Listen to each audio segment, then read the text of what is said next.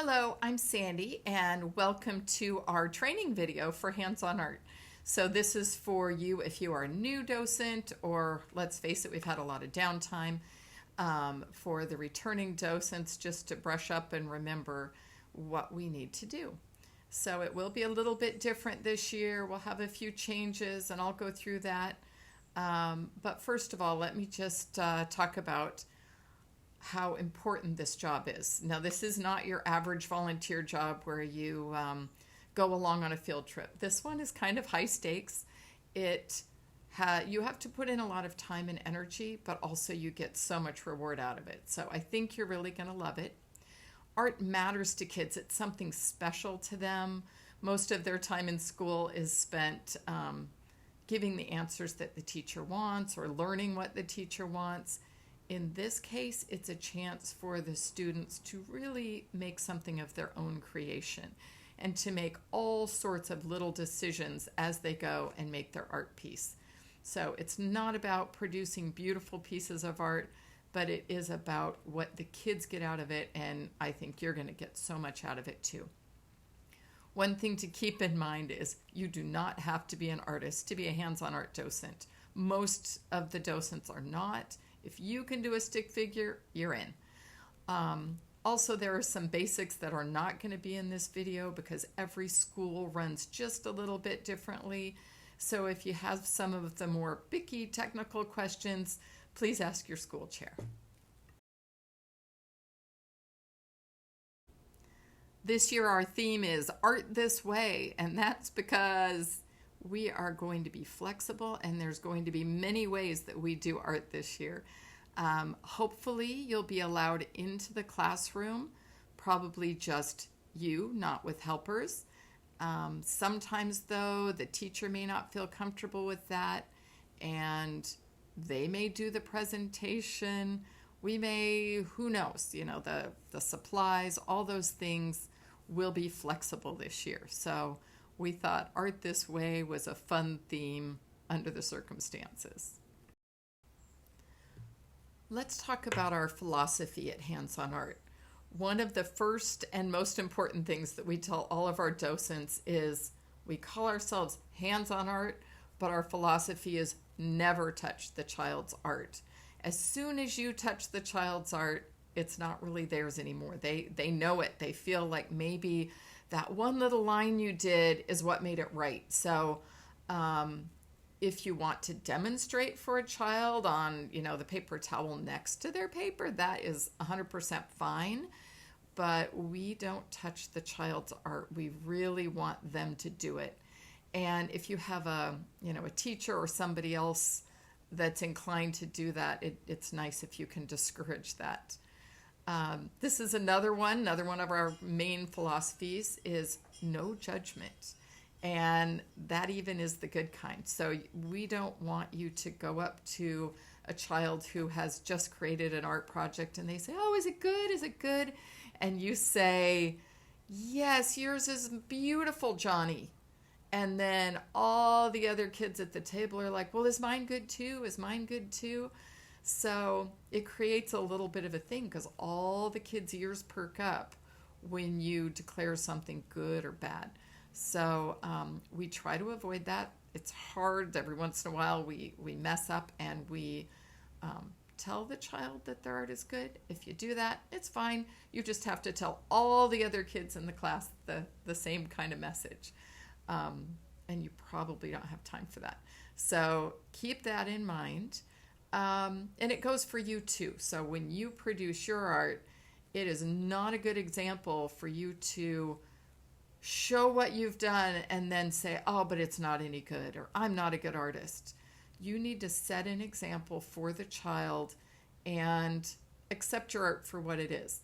Remember, we are not in this for the beautiful thing we're going to produce. We're in this for the experience, for the learning, for the decision making, and not for the final product.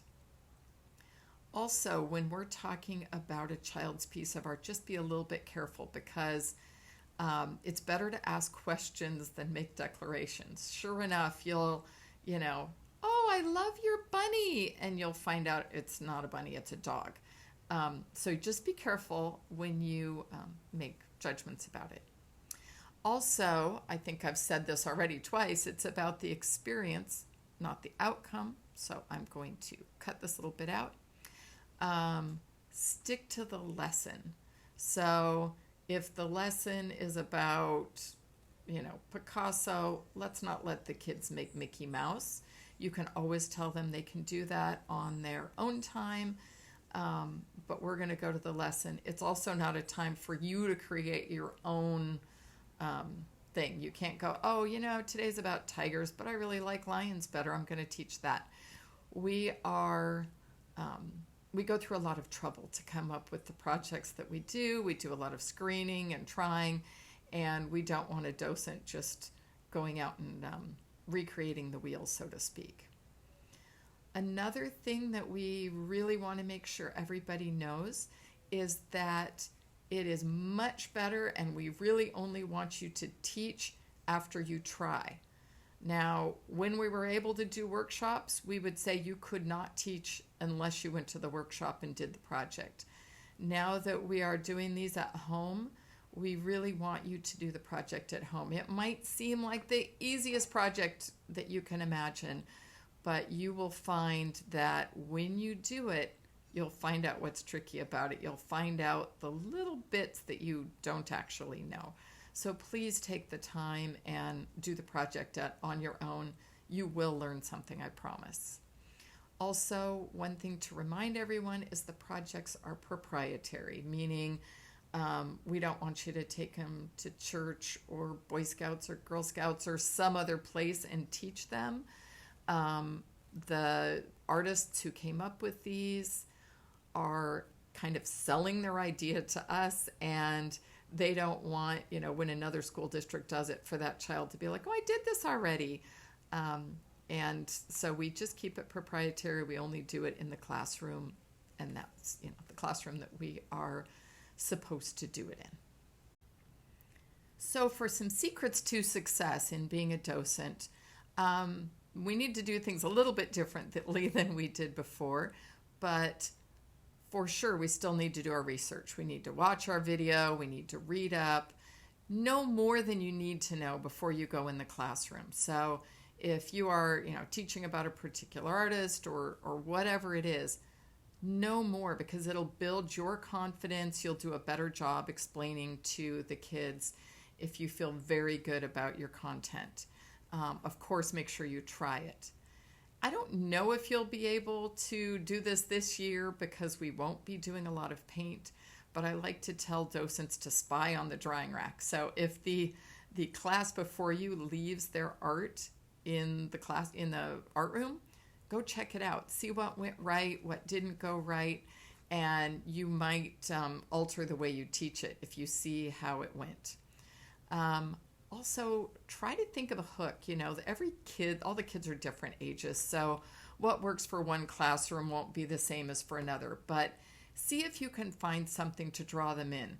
For example, a couple of years ago, we did a project on the giant sequoias, and I brought in a tape measure to show how wide the diameter of a sequoia tree really is. Something like that, something to demonstrate to the kids or try to grab their interest is a great idea. And another tip is to set the tone. So when the kids come in the classroom, you are the teacher, you are the person presenting. So don't be on your cell phone, don't be chatting, greet the kids, act in a professional manner, and they will respect you more and do what you are wanting them to do once they recognize that you're the leader that's there to help them that day. Also, pay attention to that critical first step. When you are starting a project, that first line, that first shape is often very important. So, for instance, if we're doing like we did Modigliani, it was like a bust, a person's head and their shoulders. If you start that out and the kid has a teeny tiny little head, they can't do the rest of the project. There's no room for the eyes and the nose and the mouth and to do all the things you're describing. So one thing I recommend, don't just stay at the front of the room and demonstrate. Walk around and see what the kids are doing, especially in the very beginning, especially when they're getting started, because that first step can make all the difference in them succeeding and doing the rest of the project. Another thing that will make you successful at this job is to be a clock watcher. And by that, I mean you are really in charge of the timeline for the class. So you don't want to let the kids get stuck on that very first step. And if they do, there's some things that you can do to help them. Sometimes you can just quiz them on, hey, what's your favorite color or animal or, whatever we're doing. Sometimes you can get them unstuck that way. Sometimes they just need to feel in control, and you can make some gentle suggestions and then tell them, start whenever you're ready and see if you can get them off of that. You need to go into the project with a plan and kind of decide how long you're going to take for each step. It's a good idea to look around the classroom and kind of judge, most of the people are done with this step. Let's explain the next step. You can get stuck where if you wait too long between steps, you can lose your audience. They, start chatting and you have to repeatedly bring them back to what you're doing. So you want to leave enough time, but not too much time. And often when I start the class, I'll ask the kids, hey, please don't go ahead. I know you can see where we're going with this, but sometimes we have a reason why we want you to do things in a certain order. And we try to get the kids not to jump ahead and just, take a stab at it. Now, if they do that anyway, we're not going to scold them really. We're just, that is what it is. But we do encourage them to wait for our instruction. One thing that has helped me with pacing is to draw things twice. So often you'll have, say, a whiteboard at the front of the classroom, and maybe you'll have one of the Elmos where you can draw and it's projected. So I find if I maybe draw it once on the whiteboard and once on my Elmo, now I've drawn it twice, the kids will have had a chance to draw it once, and then I can go on to the next step. Another little tip that's nice is to find out what the teacher does to quiet the classroom. Is it, 1, 2, 3, eyes on me, or, whatever. There are many techniques like that. So find out what the teacher uses and maybe bring one method of your own as a backup. Okay, so now it's the day of the lesson, and some tips would be to be on time. And by on time, I mean early. Whatever early is allowed. We usually would think like an hour early. You may or may not be able to get into your art room or classroom that early, but just do what you can to be prepared before the lesson starts. That means, if you can, get in, pass out the supplies. We usually have little stickers that you put on the back of the project. Stick those on in advance. Check out your electronics. Does your Elmo work? Etc. There's nothing that will derail your lesson like, having something go wrong, wasting a bunch of time. You get flustered, the kids get bored. If you're prepared, things will go so much better for you. Usually I would say, make sure you have a lot of helpers. I can't say that this year. I have to say, I don't think helpers will be allowed, at least not in the beginning. So all the more reason for you to be prepared. Also, just so you know, we will not be sharing supplies that the kids touch the same thing. So if we use markers, each kid will have markers that are only for them, and then they will get sanitized between classes. So when you're setting up, keep in mind that we don't want kids touching the same stuff. One thing that helps me a lot is to put notes on the whiteboard. So if I have like a particular artist, I'll write their name, I'll write the year that they were born or maybe passed away, and I'll write some art vocabulary. And all of that is helpful. The kids can see the vocabulary, but it also helps me. If I get tongue-tied or forget where I'm going, it's just a little lifeline that I have written on the whiteboard. So that really helps.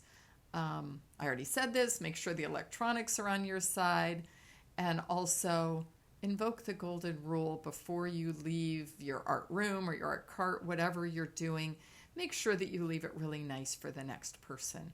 And a few more thoughts on supplies. We want to tell the kids about their supplies, the real name of what they are. If it's oil pastels, it's oil pastels, not crayons, you know. One thing we pride ourselves on usually is having interesting supplies and letting the kids try them out. The first few projects this year probably won't be that way because of what I mentioned already with the shared supplies, but do make sure that you use the vocabulary and you tell the kids about the supplies that they're using. This is always kind of the case, like when it comes to art paper or whatever, it's one per child. And there's a couple reasons for that. One is, well, we just can't keep handing out paper to the kids if they mess up. We don't have the budget for that. Also, they get behind because now they've done 3 steps and they want to start over. And the other reason is you're kind of depriving them of a problem-solving opportunity. If they do something a little, you know, they make a smudge, a line or whatever, this is a chance for them or for maybe you to help them think through what could they turn it into? How could they make it okay? Maybe that smudge could become a cloud or, you know, some other feature of their art. You can remind them that we're not here to make the perfect piece. We're here to try something out. So we kind of keep it to 1 per customer. There's the balancing act of quantities. You know, I don't think we'll be using paint in the beginning of this year, but I have heard docents be so happy that, you know, well, that kid wanted more, and I told him no because I didn't want to waste supplies. In general, I think that's really not the right thing at all to do. Unless a kid's being super wasteful or something, we want them to produce the piece of art that makes them happy and that they have in their mind. And so we try to accommodate as much as we can. Also, we try to be kind to Mother Earth. Don't use more than we have to. If we're putting paint on a plate, less is more. Usually you don't need as much as you think you need. And all of the acrylics and stuff, they are a plastic product. So just keep that in mind. If you are using paint, putting it in a little tub that you can put a lid on between classes conserves a lot versus squirting them on a plate and throwing it away. So just keep it in mind. Brushes. Oh my gosh, brushes are one of the most expensive supplies that we have, and they should last over and over if we take care of them. So what you need to do with a brush is if it's dirty, you wipe it off, then you put it in the water, and then you wipe it again. So you wipe, wash, wipe. That way your water doesn't get super dirty. You can teach the kids that method. It's wonderful. And every school will be just a little bit different. So if you have a question, ask your school chair. Well, let's take just a minute to talk about psychology, or I say tears and fears. This is a volunteer opportunity where there will be some kids who get upset or frustrated, partly because this is open-ended, because there's, you know, they might have a vision that in their head that they want to produce, or they might think that the only right way is to have it look just like yours.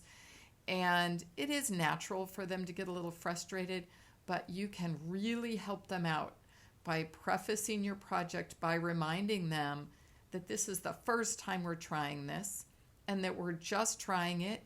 We're doing it for the experience, and it's okay. However it turns out is okay.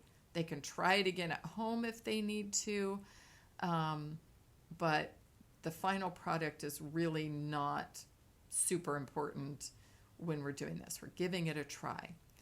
Also, just bring in your best energy. So make it a special day, be positive and encouraging, and acknowledge that what they're doing can be tricky.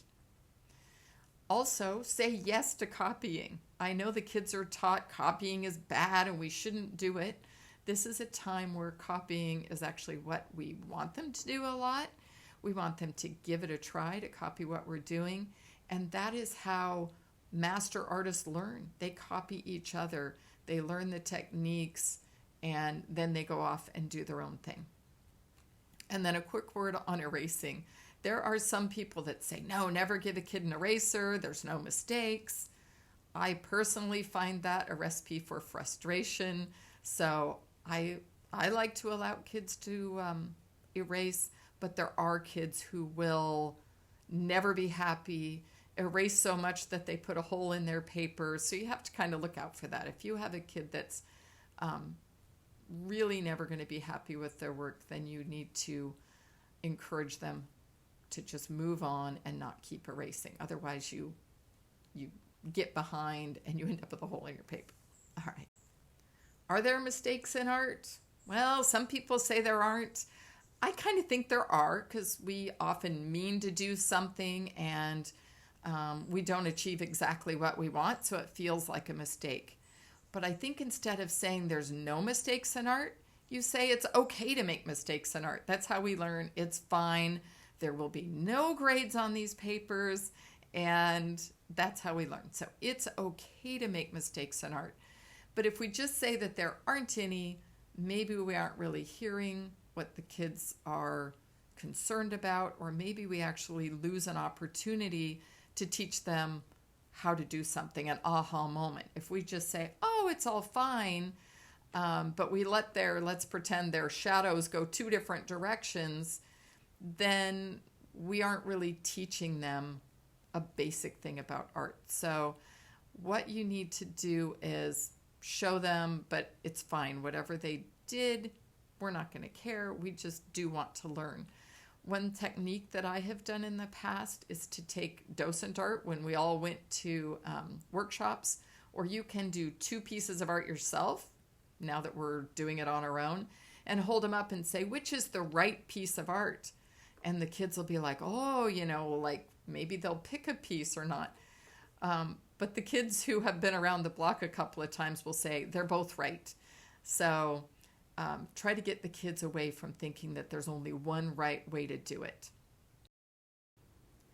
Another thing that is very important to hands-on art is that we make this art education. The very reason that we are allowed in the classroom and valued by the school district is because we do provide art education. So use the vocabulary. Even if you're teaching kindergarten and you think, oh, they're not going to understand the word perspective or parallel or whatever it is, use it anyway, and then use another descriptor that they will understand. That's how we build vocabulary, is we add new words and we relate them to old words, and suddenly they have a new concept. So we want to make sure that we provide value that way. Don't skip the art history. Sometimes, we think, oh, the kids will be bored with that. Just tailor it to your audience. So if you have younger kids, make it much shorter, much simpler. If you have older kids, you can usually make it a little longer and teach them a little more. Sometimes, especially at the middle school level, you're very short on time. So you might have to squeeze your art history in while the kids are painting, or drawing. You can, while they're doing a step, you can fit in a few facts, but try your darndest not to skip it.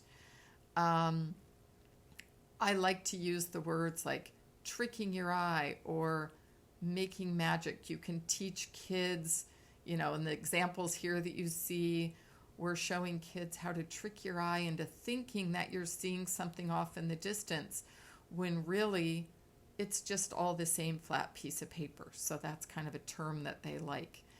Tie things together. Try to tie a lesson from last year with something that you're doing this year. And these 2 examples, one is the sequoia tree and one is rows of lavender going off in the distance. In both cases, the kids are learning about vanishing point and perspective. So remind them about the old lesson if you can with the new lessons so that they can make those connections. And Some people think you should never correct a child, but we touched on this a little bit, but make sure you gear your lesson to the audience. So if you're talking about inches to a kindergartner, maybe you'd be better to say the length of your finger or the width of your hand or something that they can more readily relate to. You can use both terms, but make sure that you keep the kids' level in mind. We usually give a project, that's geared often towards the sweet spot of grades 3 to 5. If you are teaching younger kids, you might make it a little less detailed, leave out some things that make it trickier, but don't overdo that. You'll be surprised what your kids can actually do. So when I say to prep or not to prep, sometimes we'll have a project where the docents want to draw that center line or, whatever it is. And if you're erring, I would err towards letting the kids do it. If you really don't know if they can do it or not, maybe you can try it on your own child, but err towards letting the kids try something. Also, keep in mind that younger kids are going to need each step spelled out as you go, where older kids, often you can give them a few steps at once and then kind of let them be independent. They love it when they can just really get in the zone and create something without being interrupted all the time. And hopefully that gives you some tips for getting started. Go out and be that art lady or that art guy. You're going to go to a grocery store someday and some kid's going to be telling their mom, hey mom, that's that art lady. And that's going to be because you made a difference in their life and you brought something special to the classroom. I think you're going to love it. It's such a fun thing to be an art docent, and congratulations for signing up. Thanks for being here.